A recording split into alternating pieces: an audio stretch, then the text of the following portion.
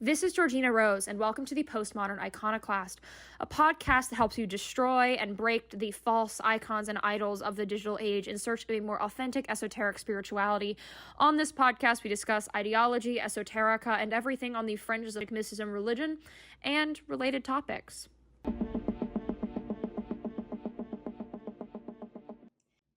Hello and welcome to the show. In this episode, it's going to be a little bit different as this is my first ever solo podcast.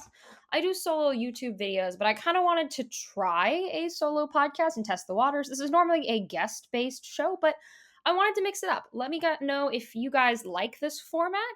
The next few episodes are including a guest, but further out on the schedule, I'm considering sort of breaking up the guest episodes with solo episodes because I don't know. I feel like I don't want to be too heavily interview based. I want to keep it conversational and, sort of chill.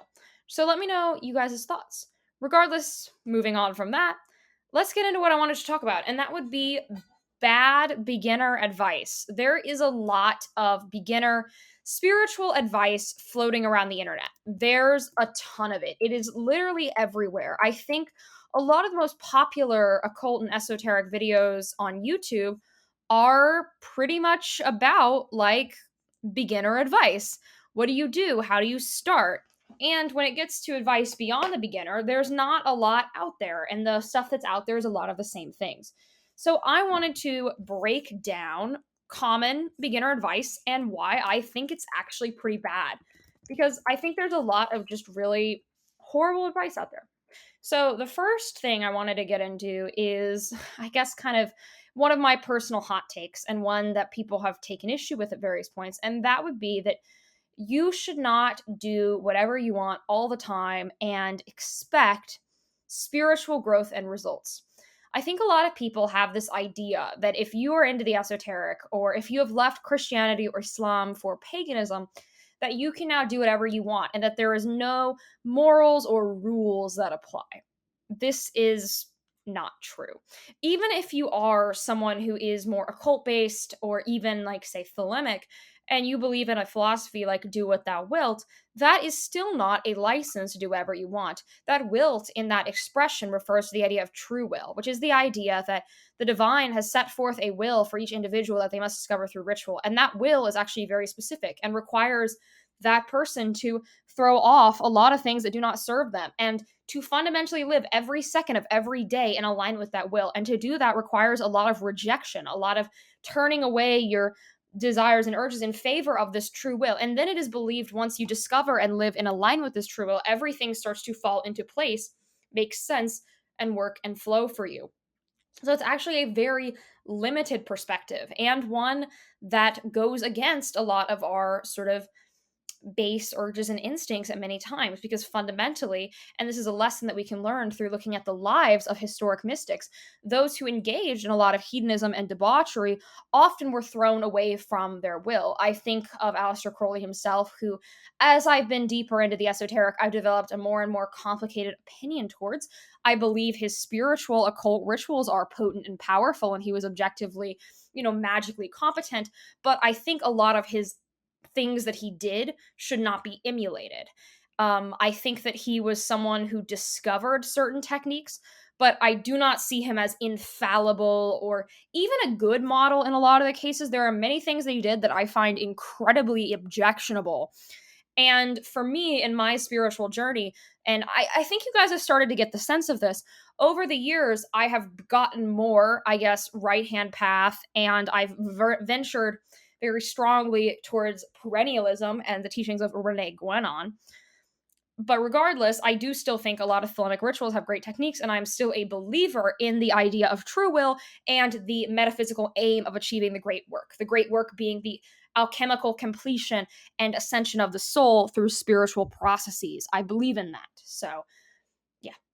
But regardless, I think that we should think about these people critically and consider what they did and how that relates to their teachings. I think that, and this is the next thing I want to talk about, there is a lot of hero worship in the spiritual world. And I think a lot of this comes from the fact that those who are raised in the Abrahamic faiths, specifically Christianity and Islam, they are taught that the sort of founders of their faith are these infallibles. Within Christianity, Jesus is literally God on earth, unless you are Coptic Orthodox and you have the belief that he was um, fully God. But basically, what Christians believe, explain it, he was both God and man, and then the Coptics believe he was fully God. But regardless, they believe that while he was a man, he was literally God. And so what Jesus said was incredibly infallible, and Christians to this day take him as a model. And if you're talking about Islam, Muhammad, the prophet of Islam, is not God in the same way Jesus is. It's a completely different understanding, but he is sort of righteously guided and is seen as infallible. And a big teaching within sort of orthodox schools of Islam is the idea of sunnah, which is the idea that the emulation of the actions and behaviors of the prophet are morally good, and that we should aspire to live as close to how Muhammad lived as possible, down to certain Islamic scholars recommending that it is ideal to sleep on your right side, as that is how Muhammad slept. It is very much a emulation and a desire to be like him. Same with Jesus, but of course Jesus is seen as God, so it's a little different. But regardless, if you grew up in either of these traditions in the sort of modern standard way, I guess if you're some heretical offshoot, then it might be a little different. But for people who are within these mainstream sects, they're taught that the founder of their religion is this infallible figure. And some religions even extend it further beyond their founder. Within Shia, one of the major sects of Islam, it is believed that amongst those who are 12 are Shias, the largest denomination of Shias, that the 12, well, a number of the imams following Ali, who is the sort of Islamic figure that caused the division between the two major sects of Islam, Sunni and Shia, that those imams are infallible, and what they teach is infallible. And they are not sort of in the same category as a regular person who you learn from. They are special, they are above, they are like different.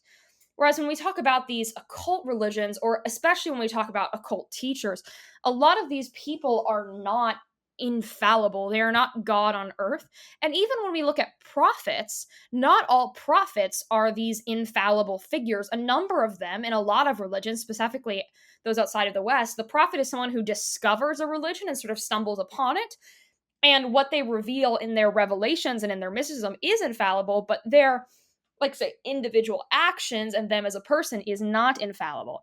And I think for people from these major religions, it can be a big sort of paradigm shift, and one that messes with their head in a way that they don't really get. And so people in our community see these occult leaders, these esoteric figures, as infallible people. Like I've seen people do it with Frater Akkad, with Israel Regardie, with Diane Fortune, with Helena Blavatsky, with Aleister Crowley, specifically Crowley. This happens most with Crowley.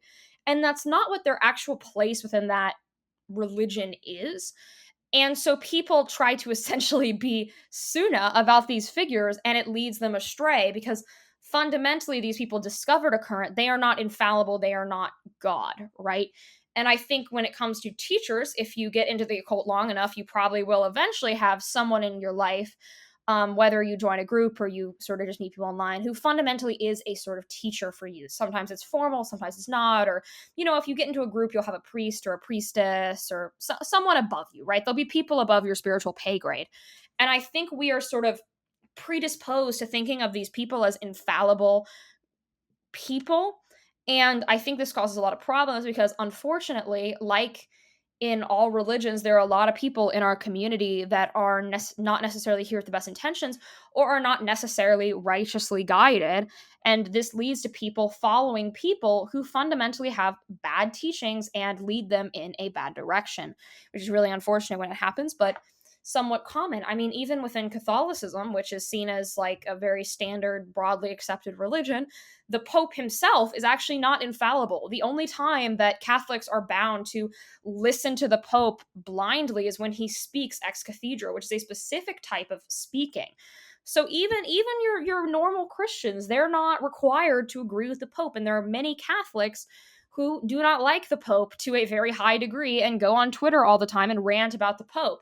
And I think that's more of an attitude that we should have when we talk about these occult and esoteric leaders and figures, because fundamentally they are, much like the Pope, only infallible when they are speaking through the lens of divinity or when the gods are speaking through them. They are not infallible when they are just writing a book on some school of mysticism and what that school of mysticism entails and means. My next piece of esoteric advice that drives me up the wall is the idea of, and this I see it in a number of pagan and polytheistic spheres, starter deities. What do I mean by starter deities? So this is generally the idea that there are certain polytheistic gods that are better to honor, worship, practice with for beginners. This to me doesn't make a lot of sense because if we're talking about gods, any god, no matter what sort of their epithets are or what they represent or what tradition or culture or mythos they come from, are gods, and gods are more powerful than human beings. They are incredibly strong. I know you've read enough mythology to know that gods have, they kill people, they destroy civilization. They do a lot and they can do amazing, great things, but they also are somewhat fearsome.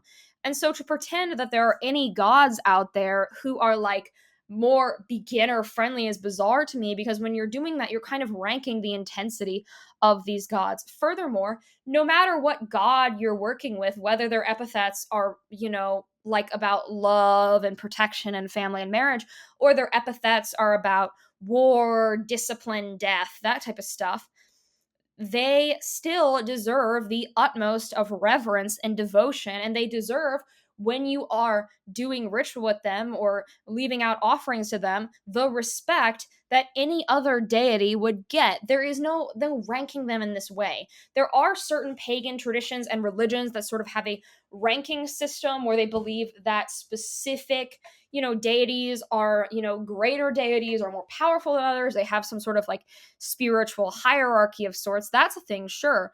But even if you have a belief where there are these sort of spiritual hierarchies, to act as if some deities, like, I don't know, are harder than others, it's just a weird way of thinking about things. No deity is necessarily harder than another. I think that where this advice comes from is the idea that if you are a new practitioner, certain gods may seem a bit more intimidating than others. I'm not going to deny that certain ones are, but there's no like starter god. That's just kind of ridiculous. My next bit of advice is when it comes to picking what deities to honor, is the advice that you should pick the deity you honor based on which mythology you like the most or whose myths you find most interesting. Now, this isn't inherently a bad reason to honor or worship a deity or do ritual with them, because if you are incredibly drawn to a certain piece of mythology, there probably is a reason. There probably is something in that story that speaks to you on a deep level, or there's something about this god that you have some level of connection to. But that alone, I would not say is the best reason why you would pick a specific deity to honor over another one. My general recommendation for which sort of deity to approach for worship or a spiritual relationship would be, and this is how I tend to advise it to people who talk to me about their spiritual practice, because I do some sort of spiritual teaching over on my Patreon, and that is to reach out to a polytheistic deity who has an epithet that relates to something in your life. And the ones to pick are whether it's something that you do or are heavily involved with, or it's something that you really struggle with and lack in your life. For ones that you're involved with, let's say like you're a really big artist and you love to write poetry. It might make sense for you to decide to honor a polytheistic god who is heavily associated with the arts or with inspiration or something like that. Maybe Apollo would make sense for you. Now, on the other side, the reason why I sometimes tell people to honor deities that are sort of contrary to their nature or kind of things they lack, and it does come from a piece of advice that Aleister Crowley gave. Um, and it was that people should work with a deity that is contrary to their nature. Specifically, he would recommend for women to honor a male god and for men to honor a female god. Generally, in modern Western esotericism, it is kind of recommended for everyone to work with both the masculine and the feminine. That's why within Wicca, which has easily become one of the most popular paradigms of magic in the West, to pick a god and a goddess and have that be your patron and your matron. Now, people have a lot of critiques of Wicca and strong feelings about Wicca for a lot of reasons. I have my own, but I do think this is one of the takes that Wicca has that make a lot of sense and could be taken to heart. But anyways, working with a spirit that is contrary to your nature is advisable because That way it balances you out. When you develop a really strong spiritual relationship with any specific entity, this can also include saints, angels, ancestors, fae, knows, whatever it is that you surround yourself with, right? You are going to be drenched in that energy. It's going to enter into you. Think about on a literal level, right? We always know that it is bad to hang around the wrong crowd, and it's always advised to pick friends who are like you. There's a saying that you are your two best friends combined into a person because what you're around influences you. Everything does. What movies you watch, what music you listen to, it all influences you. And it's much more extreme on a spiritual level. What you are around metaphysically, it influences you, it seeps into you, it penetrates you, and you become like it. When I have honored different deities, because I've been into the esoteric for, in February, it will have been a third of my life, which is a really crazy long time. It's been my entire adult life. I started this stuff when I was a teenager. And I have honored different deities over the years, and I have sort of changed paradigms as I have discovered my spiritual path. What I started with is not what I do now. Even what I was starting with when I started my YouTube channel and you guys first sort of met me digitally, it's not really what I'm doing now, right? My views have changed, and I have had over the years of practicing, and I hope this happens to you, different spiritual experiences that have sort of shifted my course, right? When you're doing mysticism, you're having these really intense experiences, and some of them are sort of earth shattering, they're paradigm shattering, and they change you on this level that is almost hard to articulate in words. But regardless, when I look back and I reflect back, as I often like to do, I think if you, and this is a piece of advice from me, if you are engaging in any sort of spirituality, it's really important to take time to contemplate, think about things, do introspection and soul searching, and pay attention to how you've changed and what your desires are and what your vices are and your virtues, and think about like what you're going from or where you're coming from and where you're going to, and just sort of ponder all that. But when I look back at different points in time, the deities and the spirits I was honoring, I became kind of like them. Like genuinely. Like I can look back and I can say, okay, yeah, that's when I was honoring that god. That god's epithets are X, Y, and Z. And I really was taking that. I'm gonna sound a little crazy for a second, but I guess I run an esotericism channel, so I probably shouldn't worry about sounding crazy. I even think it impacts your appearance. I think that when people honor specific deities, it even changes how they look. There's a really interesting section of the Gayat al-Hakim, or the Picatrix, whichever you want to call it, whether you want to use the Arabic or the English. It's a very infamous Arabic astrology grimoire that kind of has this point where it mentions that those that are, attached to specific astrological planetary bodies, because if you do not know this, a lot of deities correspond to different planetary bodies.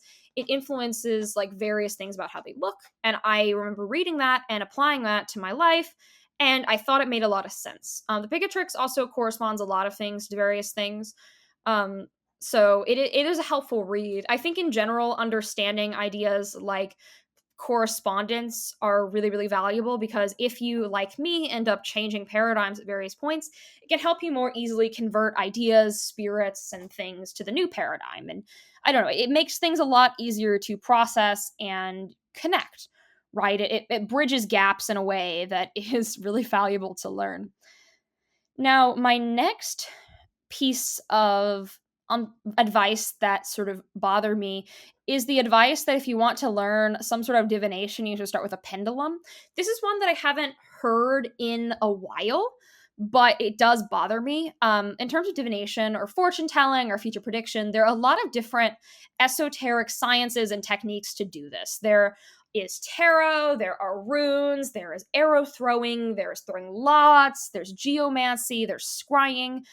There's bibliomancy, and every religion, paradigm, tradition has different rules on divination. Certain traditions kind of okay. So what will happen is it'll look like it's sort of banned it. And what's interesting is religions that ban divination, by doing that, sort of validate that divination exists. In a funny way. But regardless, like every tradition has a version of it. And even those that generally call divination impermissible, they still have people within it who engage in it.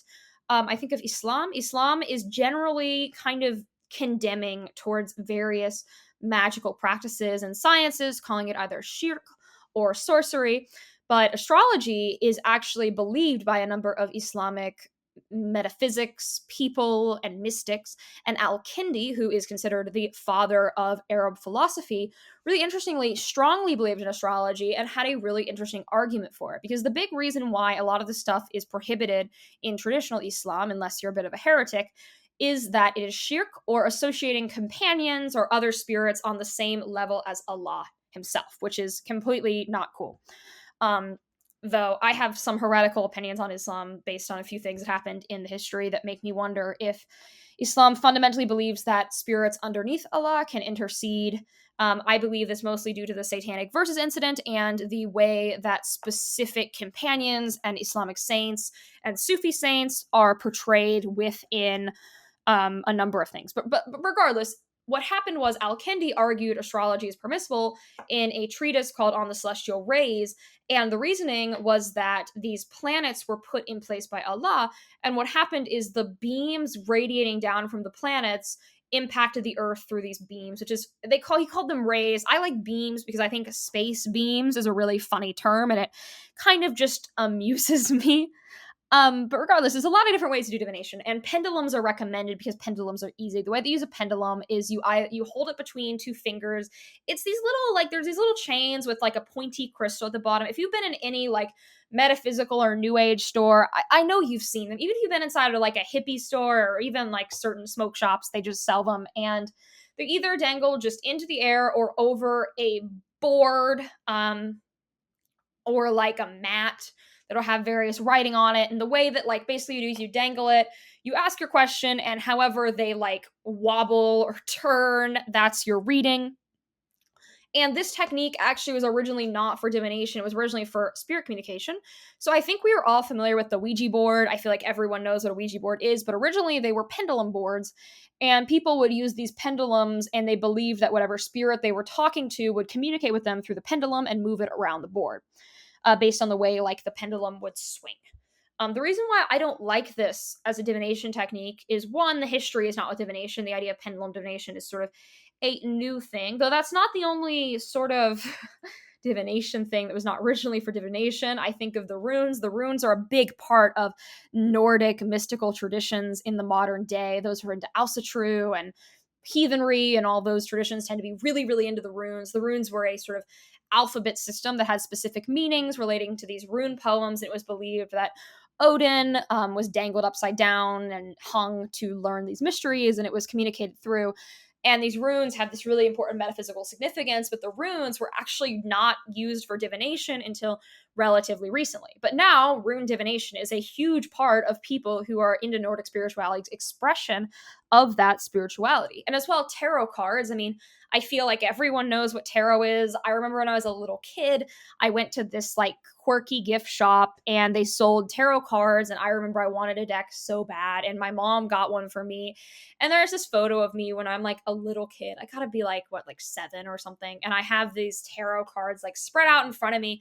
And I look so happy. And I use the little white book in the front of it to, give my family little readings. And it was really fun. But tarot cards were not originally for divination. It was originally a playing card game in Italy, and then Italians developed it into a divination system known as the Marseille deck. They are not the same as modern tarot. And then the Hermetic Order of the Golden Dawn, which, if you've listened to what I've talked about for a while, I think you should be familiar with them. They are one of the quintessential esoteric orders of the Victorian magical revival that taught a lot of techniques, and they created the modern tarot between Waite, who E.A. Waite, he was a really, really incredible mystic, and wrote a ton of stuff with Pamela Coleman Smith, a artist, and they came together and made these tarot decks, and they're like the backbone of Western divination. And when we talk about runes and tarot and astrology, these are all very complicated systems of divination. There's a lot of layers to them, and you can spend years learning these systems. You cannot spend years learning how to dangle a pendulum between your fingertips. I mean, you could work on your focus, you could work on your interpretation of the readings, but even then, how much depth can you get from a pendulum reading? You mostly can get a yes-no. If you're using a board or something like that, or a map, you can see like a maybe or maybe even letters. But even then, you're going to be somewhat limited, and you're never going to be able to develop these techniques because, as I mentioned with the planetary correspondence, a lot of these systems, runes, with runes, you're learning these rune poems that relate to the Nordic mysteries at large. These runes are not just like a meaning, right? If you Google like rune meaning, you'll get these charts where it has like the drawing of the rune and then a word like ancestor, ox, water beside it. But if you look deeper, there's so much there. And so these things you're learning to divine, but you're also learning these mysteries while you're going deeper and deeper into it, right? With astrology. I mean, once you understand the planets, you understand so much because all these deities from around the world correspond to specific planets. In the Picatrix, which I reference the Picatrix all the time, I love the Picatrix. It's one of those metaphysical books that have just like radically influenced my practice. It actually even corresponds specific religions and cultures to the planets. And when you look at that, I mean, you can learn so much about all that just by knowing like this, because what they are, they're symbolic language. If you learn tarot is very good for learning mysticism because tarot corresponds to so much, because tarot is especially the weight decks and the derivatives and the Thoth decks, which the Thoth decks and the weight decks are a little different, so keep that in mind. But you learn so much symbolism in them, right? You learn metaphysical gender, you learn color, you learn planets, you learn astrology, you learn Kabbalah. If you add in the Thoth, you learn the I Ching.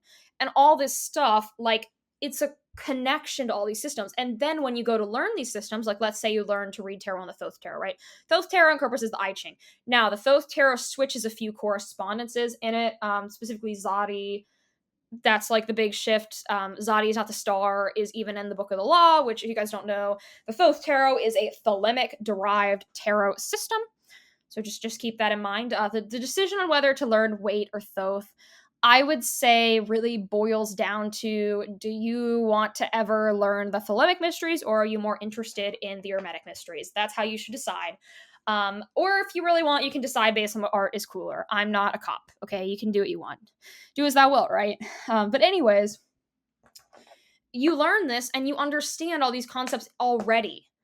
And it's a great key in. And tarot, what's great about it is you see the pictures. And these pictures, when you realize, okay, this picture corresponds to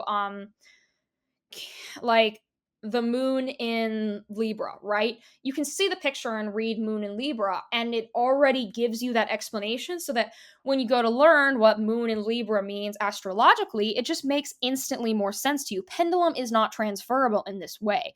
The only thing about pendulum that makes it sort of appealing to beginners is that it's easier, but even then I don't think tarot and runes are that hard for beginners to learn, because what you need to do if you want to learn these things, I think astrology is a little more hard. I'm not going to say astrology is easy to learn. Astrology is actually really complicated, but with tarot and runes, even though they are complicated, they have little books that you can just like turn to and it'll give you like a basic explanation.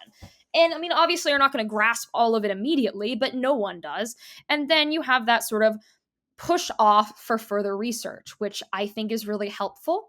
There's also oracle decks. I don't like oracle decks as much, but some of them can once again teach you these systems. Oracle decks, they're so individualized. If you don't know what an oracle deck is, basically they're like decks with different cards. Like there's like planetary oracles, there's oracles based on specific things, there's like animal oracles, and so it can teach you correspondences, but it's not as transferable as tarot, and they're really going to depend on the deck itself, because some oracle decks are just kind of novelties. And so they're not like the same esoteric mystery based. So just keep that in mind. With the oracle decks, it's really dependent on what oracle deck you have, whether it's going to be something that is really, really useful or if it's going to be less useful. I have this thing. I don't tend to like them, but there are a few oracle decks that I actually really like. So call me a hypocrite. There's some I like, there's some I don't. Just hit or miss, hit or miss, hit or miss. Now, my next bit of advice that I don't like, and it's one that is said a little bit less, thankfully, I'm really happy that it's said a lot less, is the idea that you need a type of practitioner you're going to be. Now, when we talk about types of practitioners, that can refer to two different things, right? That can refer to picking a tradition or a paradigm, or that can refer to a literal like type. Like there used to be this thing in like 2019, 2018, 2017, where people make these like really long lists. It was specifically in the witchcraft sphere, which I don't consider myself a witch. I don't really call what I do witchcraft, to be honest. I don't think that term fits. I would self-describe as a mystic at this point in time. If you want, you can call me an occultist. That's fair too. But there was this thing where people would have these like really specific titles, and they would really just correspond to like what aesthetic they like. Where they'd be like, "I'm a tarot witch," and I'm like, "Okay, well, what does that mean?" Or "I'm a like fire witch." Like that means nothing. I don't know what you're talking about, and I think that idea, it's literally only seen in really beginner spaces, and so the only people exposed to that are like new beginners, and I think it's like terrible stuff to take in. As well, like just an aside, not all spiritual practices are witchcraft. Please stop calling everything spiritual witchy. If we're going to get real about it, the idea of witchcraft is like a really specific thing that has a very specific meaning and does not relate to 99% of esoteric traditions in the entire world. Most are not, and most esoteric practitioners, if you were to call them a witch, would actually not be happy with you and might actually be offended. I don't take offense to it, but I think it's a very inaccurate label for what I do. And so I don't lead with that. I don't call myself that. If you want to, I mean, sure, go ahead, but I don't think it fits. So just keep that in mind too. Not everyone likes that term, and it's a specific thing. Okay, if you're a Wiccan, sure, or if you're doing beneficia, that's what a lot of people associate with it. Sure, but other than that, I don't know. If you really want to call yourself that, okay, go ahead. But it's not accurate to what everyone does. And yeah, I just don't lump everything in with that. But the other idea is you are the type of your paradigm. And most esoteric people are part of some sort of paradigm or current or tradition or path. When you're new, I really don't think you need to like pick one. And even if you've been around for a while, there's nothing wrong with syncretizing, because when we look at the history of Western esotericism, it is deeply syncretic. Very few practices developed in isolation. Almost all of them are merges of what came before. They're syncretizations, they're ideas being brought together. Now, in terms of operating practically and doing ritual, having a paradigm can be very, very helpful, because when you're in a specific paradigm, you are taught formulas. A lot of practical occult ritual technique is built on formulation. Where someone will say, you begin with, let's do a sample one.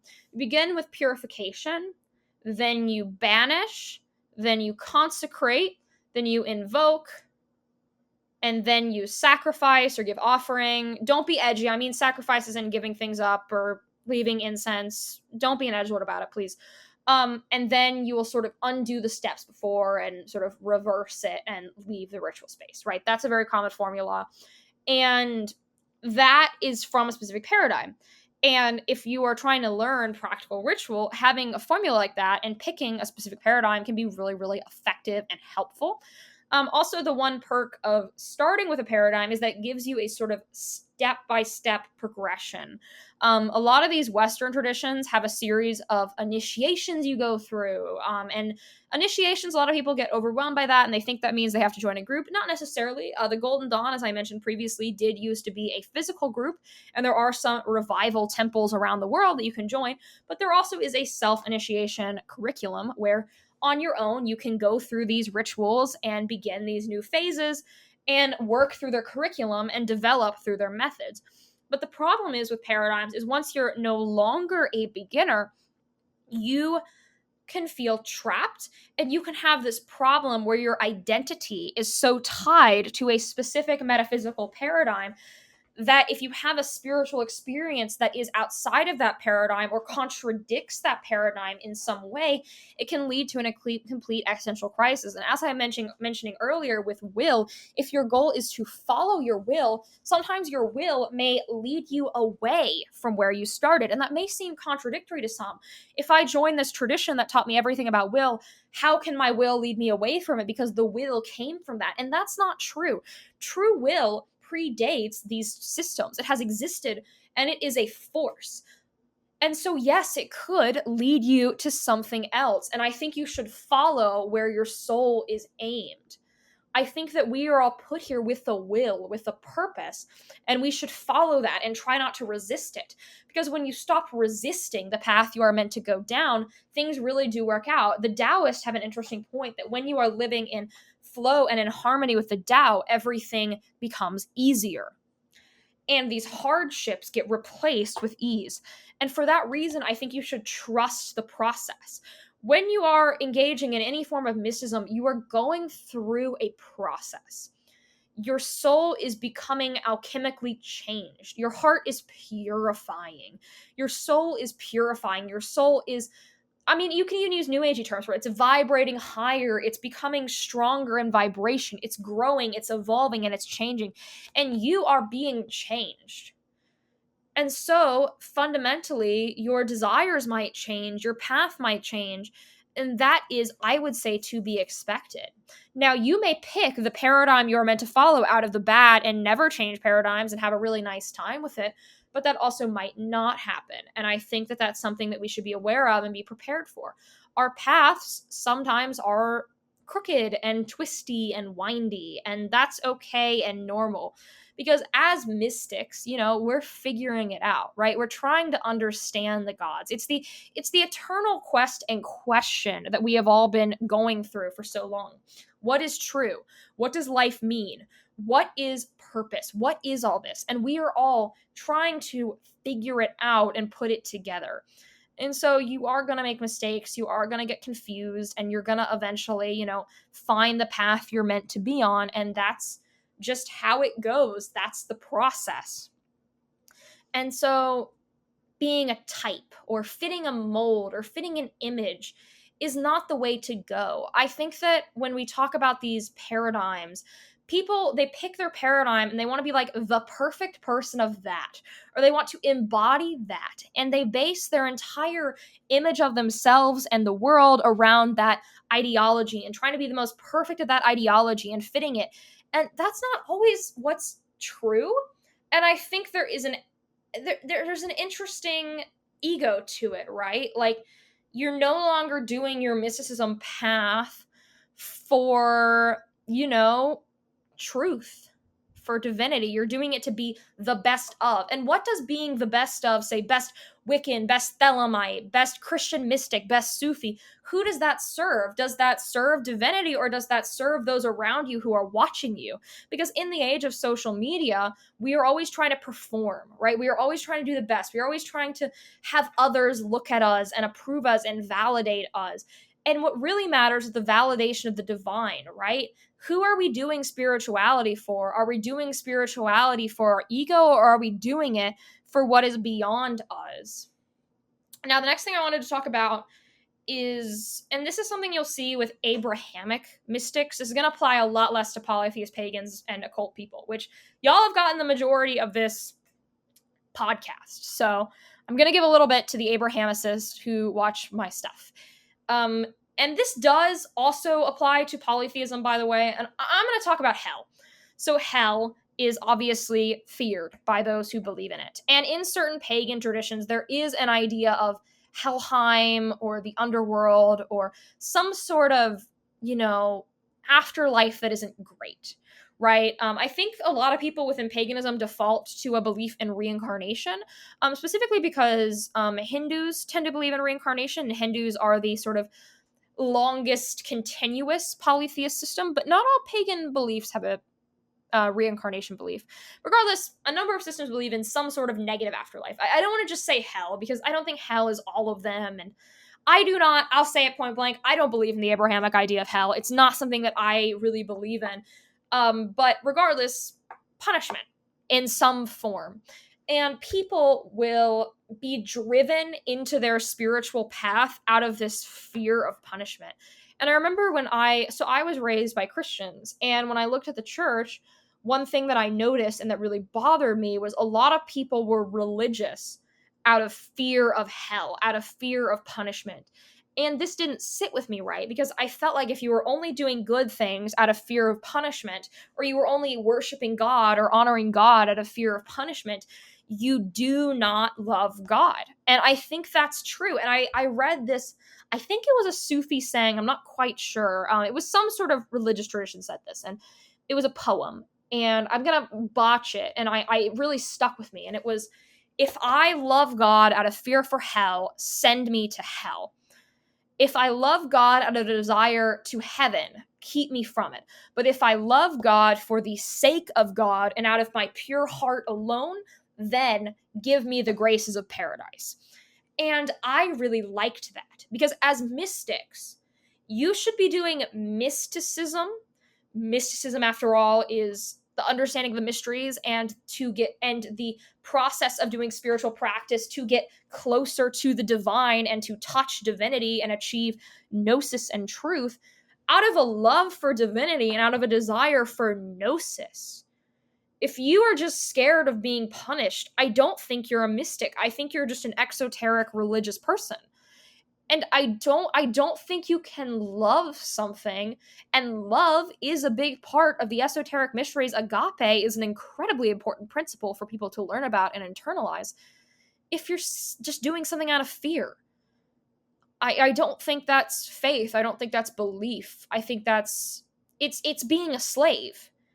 It's mental slavery. And if you believe in hell, that's a fine belief. I'm not opposed to people believing in hell. But if you are only doing love and you claim, you have the audacity to claim you love the divine, but your entire love for the divine is, oh, I don't want to get punished. You do not love the divine. You actually, in a way, kind of hate the divine because you believe that if you do something wrong, the divine will punish you. And that's the only reason why the divine is good. Because if you think that's the only reason why the divine is good, because, oh, if I don't love the divine, I'll get punishment, well, that's not love. It's fear. And I think that fear is not what our mysticism should be based on. I think at times a fear, I don't like fear is the word. Okay. I, as someone who believes in the gods, I believe the gods are more powerful than me. And if the gods had the will to, they could destroy me. They could ruin my life. They could hurt me. And I understand that. And I accept their power. And in a sense, I kind of revere their power. I respect it. Right? But I don't fear it. Fear is not the emotion that comes through me when I think about the metaphysical power of the divine and the gods. It's this sublime feeling, like the one when you're laying on your back and, you're looking up at the stars on a really clear day. Or maybe this is just me. I really love stargazing. And you sort of feel that like smallness in the universe, that sort of emotional feeling like, wow, I'm so small. There's so much out there. That is what I feel. Reverence, respect. It is not a fear. I don't like fear. It's an emotion I think people should discard, really. And learn to understand and process and make sense of. Now, my next piece of spiritual advice that I really, really don't like is any sort of like scrupulousness about how to do offerings. People in different paradigms will say they have like weird opinions on offerings, like, like I've heard some Hellenists say like you can never give blood as an offering, and I've heard some like Nordic people say, well, if you don't give blood as an offering, that's not an offering. I've heard people say, oh, you have to use like the right incense, or Persephone, you have to give her pomegranates or whatever. That people get really like nitpicky and weird about it. And generally when it comes to what offerings you give, also I've seen a lot of weird arguments about like with food offerings, if you're allowed to like if you leave the food offering out for a day, are you allowed to eat the food off afterwards? Are you supposed to eat the food afterwards? Do you have to discard the food or bury it or whatever? In general, you can give your gods whatever, as long as it's something that they wouldn't be like opposed to. Like, let's say you're honoring a god that the tradition from it thinks alcohol is spiritually poisonous. Maybe don't give that god alcohol, right? But beyond that, like, just do something you like anything really. Anything is better than nothing. If you like can't afford offerings, you can even give water. Doesn't even need to be clean water. Okay, you can just give water. That's fine. If you want to get really creative about it or get into synchronicities and correspondences, you totally can. Like, if you want to be like, well, this god in the myths is associated with honey, or this god in the myths is associated with red or flowers, so I'm only going to give them that.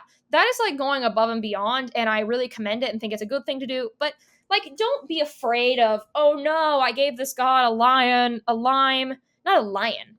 I hope you're not giving gods lions. Where are you getting your lions? That's a weird misspeak, but lime, right? Let's say you give a god a lime when they're corresponded to oranges. It's fine. You're not gonna die. It's okay. It's really not a big deal. You can give them the lime instead of the orange, right? Don't drive yourself crazy with it.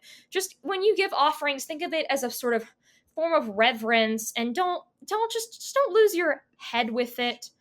Um Now, my next bit of spiritual advice that I do not like is to really get into numerology early on, or gematria. Numerology and gematria are a big part of certain spiritual traditions, and they have a lot of power to them. I think that learning gematria is something that can be really, really valuable. And when analyzing myths or your spiritual experiences, gematria can be a great tool. But the reason why I actually don't like gematria being taught to really new people is I think gematria in its own way is kind of a cognito hazard. So, cognito hazard is a sort of slang term that I've heard online that refers to things that can drive you a little crazy. And numerology is one of those because when you get really into the numbers, you can start thinking every number you see around you all the time is like super, super significant and super, super like important and valuable. And it can just become like obsessive. And we've all seen those like conspiracy theorists who constantly like talk about how like, I'm sure you guys saw that one video, it went around years ago, of a woman holding like a Monster Energy can, and she saw the three like the lines in the logo kind of look like one of the Hebrew letters, and the Hebrew letter corresponds to 6, and so the 3 slashes means that the Monster Energy drink means 666, and this is a sign that like the biblical apocalypse is coming, and whatever. It's just going to drive you a little crazy. If you want to learn numerology, I respect it, but have a little bit of foundations in other stuff, and definitely try to learn other things while you're learning numerology so you don't lose your head, because that can happen. Now, the sort of final thing that I'm going to say I do not like as spiritual advice giving to new people is any sort of rule or restriction that say you have to wait until you're a specific age to become a practitioner. People from all sorts of ages sort of listen to my podcast and watch my videos and stuff, mostly adults, but you know, there are some younger people, and this is mostly for the younger people. I think people will read books specifically like the Abramelin, um, and they think that you have to be like a specific age to even start practicing, and that they're too young to be a mystic, so there's no point, right? And also, like culturally, when we think of a mystic, we think of like an old guy in a beard meditating, and a lot of people don't really see themselves as that. They're like, oh, well, I'm 25, or I'm 17. I'm not that, right? You don't have to be that. To be that wise old person, you had to start somewhere. And this is going to get dark for a second, but you don't know how long you're going to live for. You don't know if you're going to live until being then. And so I think, like, you want to be in a good spiritual place at the end of your life, no matter what you believe. You want to be in a spiritually healthy place. And, you want to be developed and understanding things and processing things. And to even do these big rituals that you're supposed to be like 40 or something to do, you have to have developed to be able to even do that. And so I think you can start at any age. I think there are certain things that, you should do later on, or that you should have foundations before doing, but I don't think age is the best way to measure it. I remember in like my first YouTube video, I was talking about Holy Guardian Angel work, and all the Holy Guardian Angel books have different ages where you should do it. And I think I even like set an age where in my brain I was like, oh, that's like the age that I'm gonna do it at. So I think that's the age that you should do it at. And the more I think about it, I don't like that. I think that you should do these big rituals when you're ready. Because people start this stuff at different ages, right? Some people start at like 15 and some people start at 60.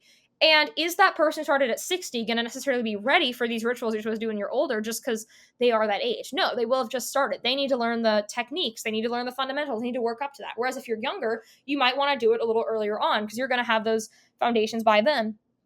And also, years practiced is not necessarily the best measurement for spiritual growth or progress. I think anyone who's been doing this stuff for a while knows that there are periods when they have more spiritual growth and periods where they are more stagnant, right? It goes in ebbs and flows. And so, 1 year may not equivalent to another year in terms of progress. And so age is just not the best metric. For other things in life, age is incredibly important. Age is not just a number. No, age, what am I saying? Age is not just a number. Yes, age means something. For certain things, you definitely need to be a specific age to do it, right? Magic, mysticism, it depends on when you're ready. It's less that. Now, this has been the show. Let me know if you guys like this format. It's a bit more casual, a bit more chatty. I may do this now and again to sort of break up the show and, mix it up a bit. So let me know your thoughts. And the next episode will be a standard regular show. So stay tuned for that. And thank you so much for listening. I am Georgina Rose or Dot Darling. You can find me on almost every social media platform known to man. I'm on YouTube, Twitter, TikTok, Instagram, Telegram. I think that's most of them. Substack, Patreon. And this show is funded by Patreon. And you get all sorts of stuff. You join the Patreon. You get the pre-show, which is a little mini podcast every week. You get access to all the shows early. And you get your name read off if you're a certain tier or higher, which is really exciting. Thank you to Mary, Ruben, Trevino, Shiraz, Email, Neva, Emily, and Lee. Thank you so much for your continued support. It means the world. And I'll see you guys in the next one. All right, bye.